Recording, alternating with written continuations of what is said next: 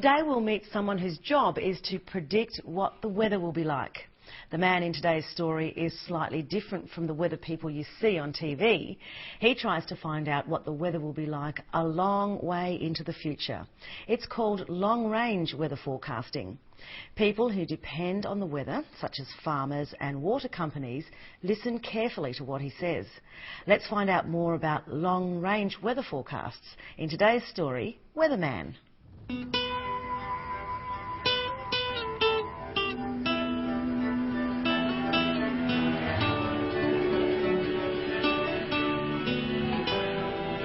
I think we're in for a period now of this year and another couple of years of average to above average rainfall, so I think it's quite a good outlook.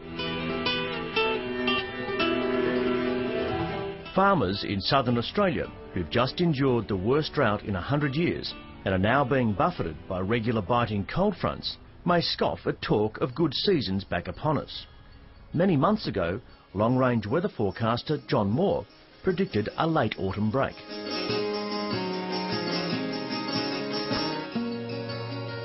There was a lot of pressure on myself towards the end of May because there was possibly thousands or hundreds of thousands of acres of crop sown dry on my prediction, and yeah, there was a bit of pressure on for a while.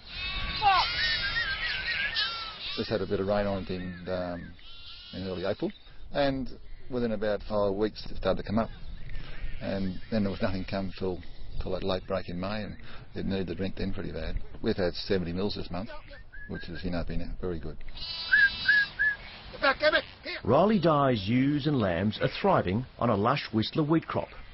Dye is one of more than 100 farmers and corporate clients, such as water authorities, who follow John Moore's long-range forecasts.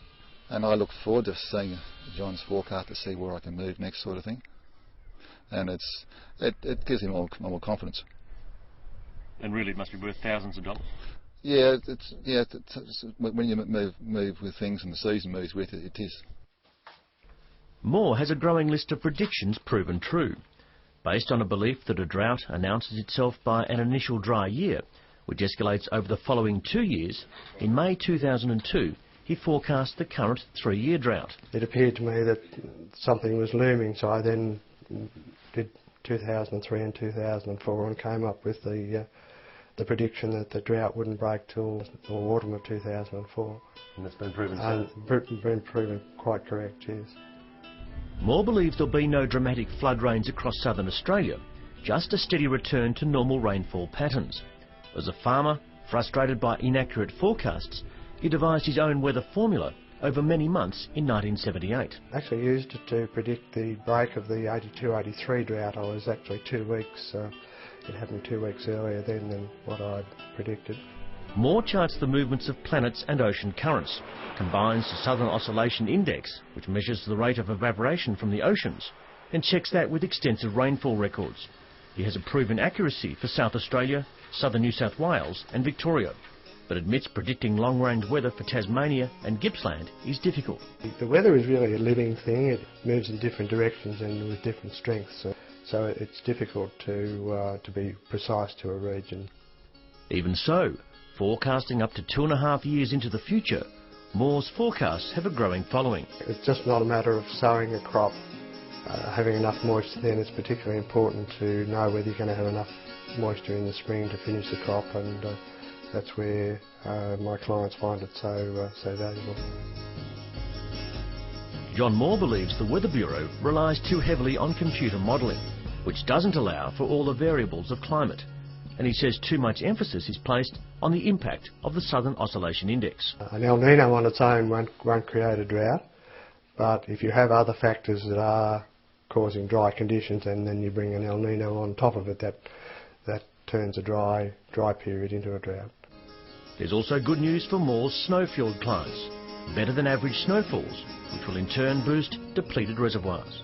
Yeah, we're getting regular cold fronts, and I think as we go further into the year, actually in the spring we could have some heavy rain, so I'm quite confident about it. It takes the pain out of worrying about the thing, and the stress factor, I suppose, you call it that. Stress out of pain. We've got enough stress now.